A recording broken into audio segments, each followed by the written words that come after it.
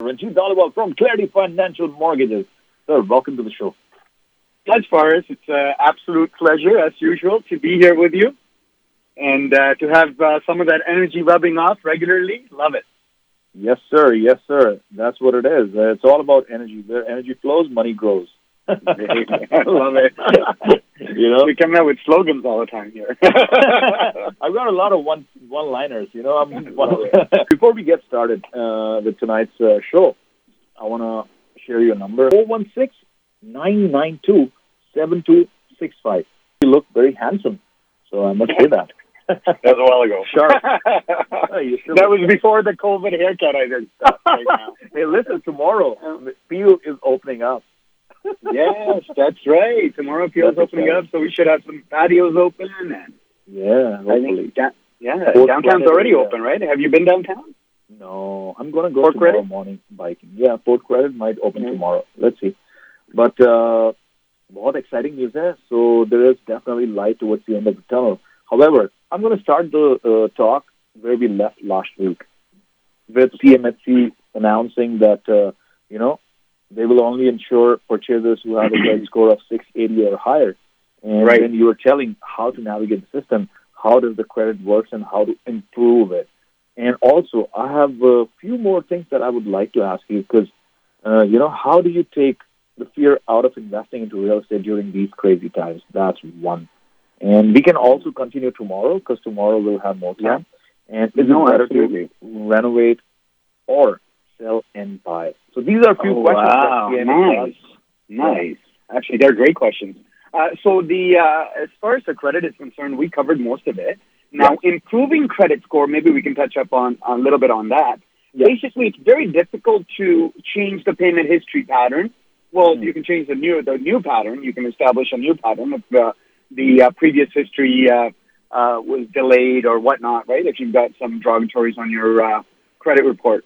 And but where the good thing is that the payment history only represents about a third of your credit score, about 35%.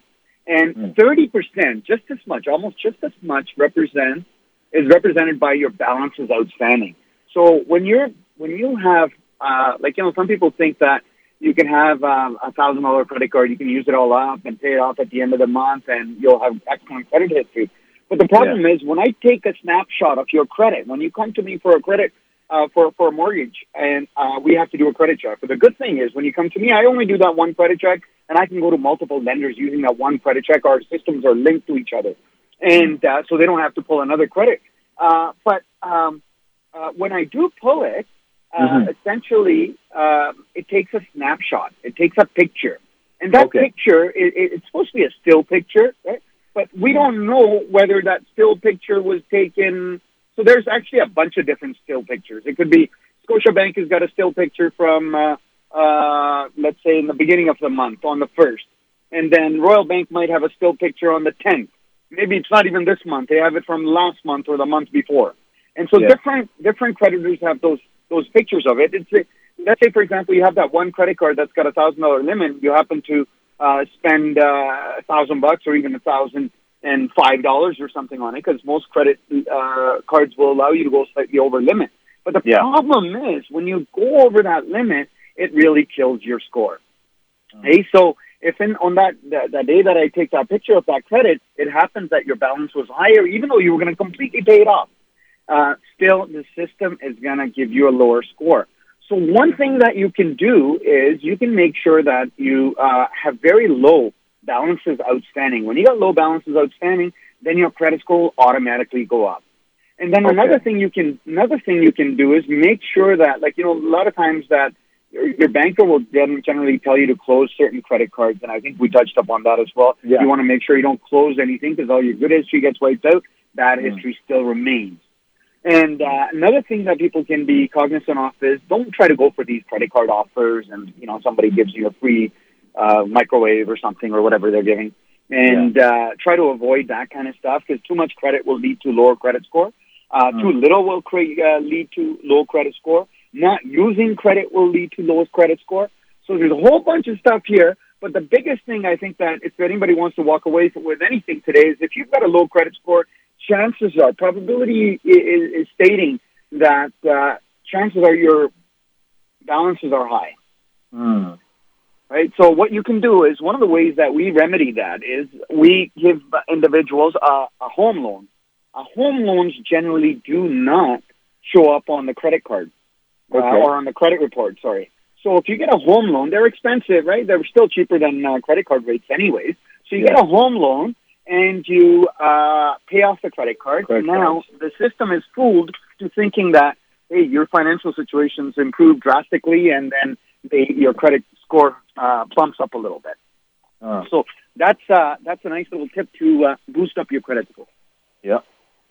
And just make sure, you don't close anything, and then a nice mix. You want, ideally 1 or 2 credit cards at the most, and then 1 loan, 1 line of credit, right? Even if you don't use it. I have a line of credit that I have a $100 balance on constantly. And the payment is, I don't know, some cents, 30, 40 cents or something like that. And that way, my credit is continuously revolving, right? So you got a credit card, a credit line, and a loan is a perfect balance. And you can start having more items. It's not like, if you're not going to do anything, you're not going to make any money. So you got to do something. You got to use your credit. Some people are so afraid, actually, Boris, that they don't, I don't want to hit on the credit. You're buying your biggest purchase ever, which is your first home. Well, you're going to need to take a look at your credit, right? That's what it's for. And so don't be afraid when it comes to, shopping for a mortgage, because when you do shop for a mortgage, a bunch of different inquiries could end up, they do get bunched up, so it doesn't necessarily count as an individual hit every time. It does count as a hit still, but not an individual. It doesn't, kill 20 points at a time or anything like that. So, when it comes to doing something, use your credit. Don't be afraid, I have 1 credit card. I don't think I should apply for another mortgage or something because it'll hurt my credit. Well, that's not a good enough reason, right? Because the credit should be utilized to build your wealth. And I believe in order to build your wealth here in North America, Paris, you need to build your liabilities. Yeah, that's true. As strange as it is, right? Strange as it sounds, because where we come from, debt is considered kind of negative, right? Yeah, that's so true. That's right. It's because historically, back in those countries, we basically relied on farm income, and farm income around the world is generally tax-free, or very little tax on that income. And so we're not used to paying that income tax. Remember that whole scenario I walked you through, where for every dollar people earn, 30 cents goes towards income taxes, right? True. And then, so we don't have that back home. And then, generally speaking, I'm talking, right? Like the modern economy, obviously you have income taxes and things like that. But, and then they didn't have consumption expenses, because I remember growing up in Punjab. I was at the age of 11 when I came here, and we were living in a pind, right? Literally like a village, and on the farm. And we went grocery shopping twice a year, I remember. Both basically harvest time, right? So you trade in your grain, you get some cash, and you buy the things that you're not growing or you're not bartering with your neighbors, right? Things like maybe tea leaves that we weren't growing. I don't know what else I could think of. Maybe certain types of dolls or something like that we may not be growing. But generally speaking, we bartered all that, right? So we never had much consumption taxes. And then we also didn't really come into contact with other taxes like road tax, liquor tax, tobacco tax, gasoline tax, tire tax, and so on, right? It was like kind of hidden stuff. And so we don't have a lot of that. And then we didn't have the mortgage, which we have here, right? We have debt expense. So 30 cents out of each dollar on average goes towards debt expenses, whether it's your own mortgage or you're paying somebody else's mortgage in the form of rent. And so, people thought of, so anybody who got in debt back home, they had to be really lousy people, right? They had to be either substance abusers or gamblers or something like that, because you didn't have any of these major expenses, that the 80% of the expenses that we have here in the form of some sort of tax or debt expense, right? So if you don't have that, so whereas here in this country, things are like upside down, they say, right? Like even the light switches flick upwards instead of downwards. That's so true. And we drive on the opposite side. On the opposite side. We're on the opposite side of the planet, right? Yeah. So the investing philosophy's got to be opposite too. Right? in a way here, because here you get rewarded for taking on debt to invest. So the government allows you to write that off against your main income, primary income, right? Which is amazing, right? This is one of their wealthy people's favorite expense, I like to say, is opium. That's other people's money, interest expense on other people's money, right? And nowadays, that's how you take advantage of it. So the way to take fear out of investing or trying to buy your first investment property is really to do the homework. It's to do the homework on the numbers, right? You got to do your numbers, like, okay, how much is the cost of the property going to be? Right? What's my carrying cost going to be? How much is my mortgage, property taxes, insurance, and then utilities are most of the time paid by the tenant. And then you figure out, this is where you got to do all these numbers that I'm telling you are very easy to come by. The toughest number to come by and the most unreliable number that most people tend to face is how much is the projected rent going to be? So you really need to work with somebody who really knows the market, who's involved in the market themselves, the real estate agent, especially the mortgage broker, because mortgage brokers come across a lot more transactions than the actual realtors themselves do, of course, right? And so that team, the mortgage broker and the realtor, need to work together to make sure that those numbers are reliable. That is that market rent, and are we being conservative on that? Now, now you're buying I can tell you definitively today, if you can, we can find you properties in Peel region for investors where if you can put about $150,000 down payment into it, you can make at least $500 a month positive on a monthly basis. Now, we've seen some little bit better cases where people are making $1,000, $1,200, fairly, not too difficult, fairly easily. And then we've seen some sophisticated investors that are making on that money they're put down, and after paying all the expenses, after paying the mortgage, after paying the taxes, after paying the insurance and all of that, and they're making like $2,000-$3,000. I've seen some crazy numbers, right? Yeah. And then, and the other thing as far as sometimes, like, I used to think that I know everything about real estate investing. Go on the MLS, it is what it is, market value is market value, and so on. Until I came around a property in 2015, and it was right in your neck of the woods, right at Winston Churchill and Dundas. Yeah. Okay? So it was a semi-detached, where at that time they were selling for around $500,000. So we knew that in the area they're selling for about that much. And then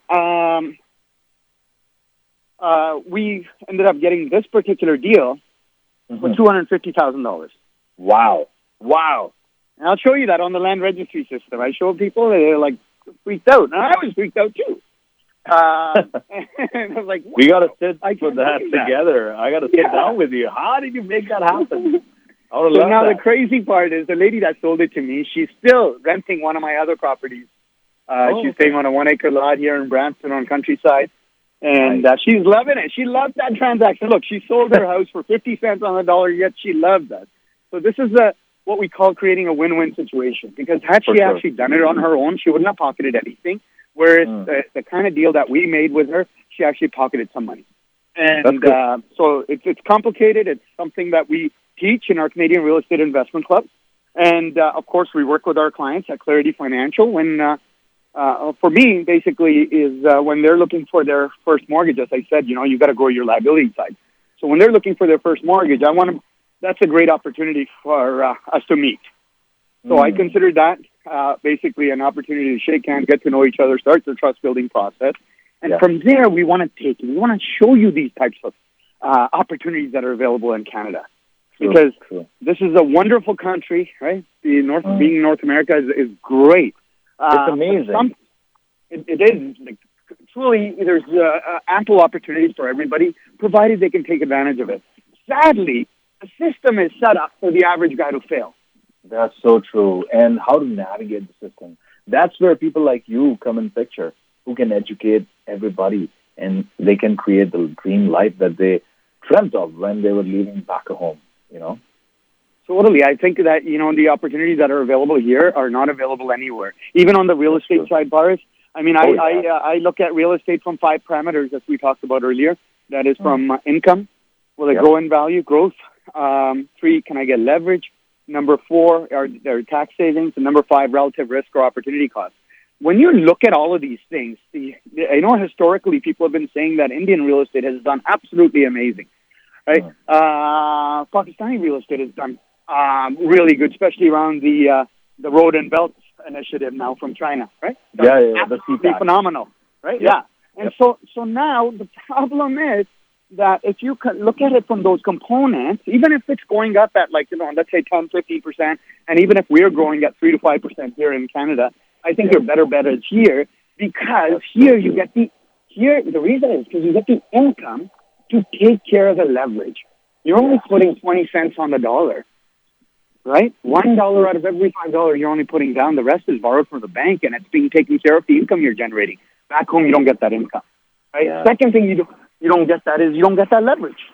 Yep. You don't get that 5 to 1, right? Yep. You'd have to pay ridiculously high rates, whereas here in Canada is the lowest that has ever been offered, less than 2% historic on mortgages right now. Yeah. Right? Free money. Now is the time to take advantage of this free money. Really, we're in an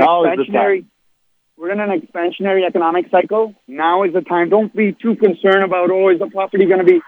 Can I pick it up for $750? Why do I have to pay $770 or $10,000, $20,000 here and there? It's not going to make much difference, right? Obviously, we're going to having guys like you on the team. We're going to make sure that we negotiate really hard for our clients to get the best possible property at the lowest possible dollar, right? But we don't want to let little minor things get in the way of achieving major things here. And I really believe that in this expansionary economic cycle, just the beginning of it now, there's a tremendous opportunity that is available to a lot of people out there. If they can get educated, they can work through those numbers, and they can figure out that, hey, I've got enough cash flow coming in every single month to take care of the headaches. I don't even have to go to the property. I never have to go deal with tenants. I don't have to deal with anyone. If you've got positive cash flow coming in, you can hire professionals to deal with all that stuff. Right? So that's what will take the fear out of investing totally. That make sense? It does. And we'll continue with this topic tomorrow.